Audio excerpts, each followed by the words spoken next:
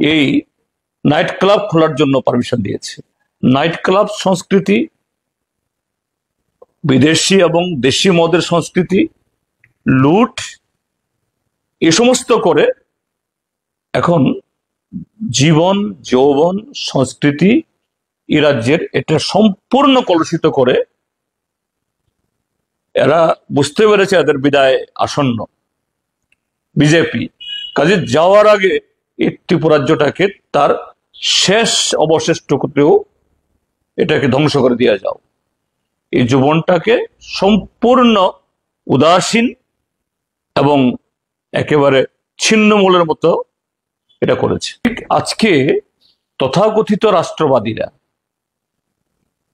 এদের মুখে যতই যে জয় শ্রীরাম ধ্বনি হোক, ভারত মাতা কি জয় হোক, এটা হলো অস্ত্র, অবয়ব। ভেতরটা হলো এই ভারতীয় সভ্যতার সংস্কৃতি বিরোধী একটা মানসিকতা। মাত্র 7.5 বছর এই রাজ্যের মধ্যে বিজেপি নেতৃত্বে এই জোট শাসন, এই রাজ্যে কি সাংস্কৃতিক, কি শিক্ষা, কি অন্য কোনো পরিকাঠামো তারা এখন অব্দি গড়ে তুলতে পারেনি।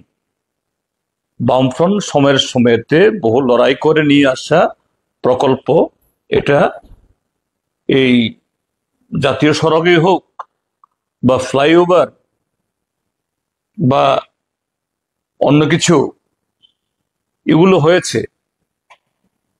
ওই ক্রিকেট স্টেডিয়াম 7.5 বছর হয়ে গেল বামফ্রন্ট সরকার সময়েতেই এটা প্রায় অর্ধেক শেষ হয়েছিল, এখনো শেষ করতে পারেনি, কিন্তু বহু কোটি টাকা লুট হয়ে গেছে।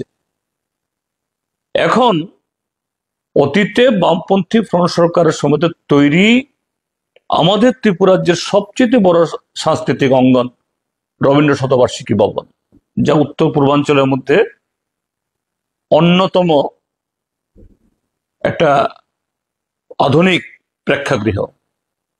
আর তার পাশেই যে রোজভ্যালি বাজেয়াপ্ত হওয়ার পর তার বিল্ডিংকে দখল করেছে সরকার, আরবান ডেভেলপমেন্ট ডিপার্টমেন্টকে তার অফিস একটা খুলতে দেওয়া হয়েছে। আর সেখানে এই নাইট ক্লাব খোলার জন্য পারমিশন দিয়েছে।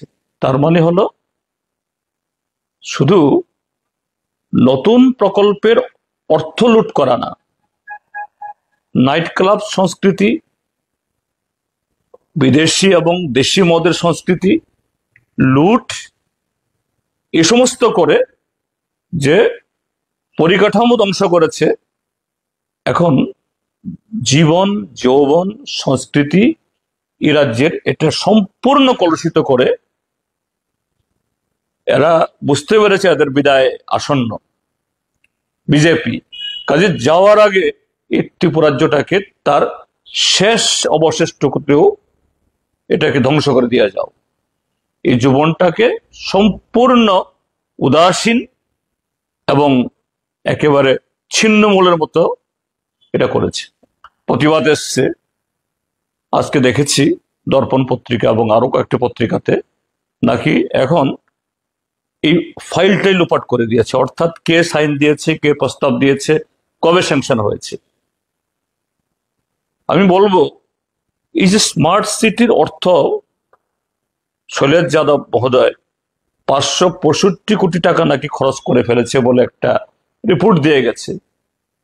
তার সম্পূর্ণটা, সমস্ত তার উপাদানগুলি, এই আইটেমগুলো তদন্ত হওয়া উচিত।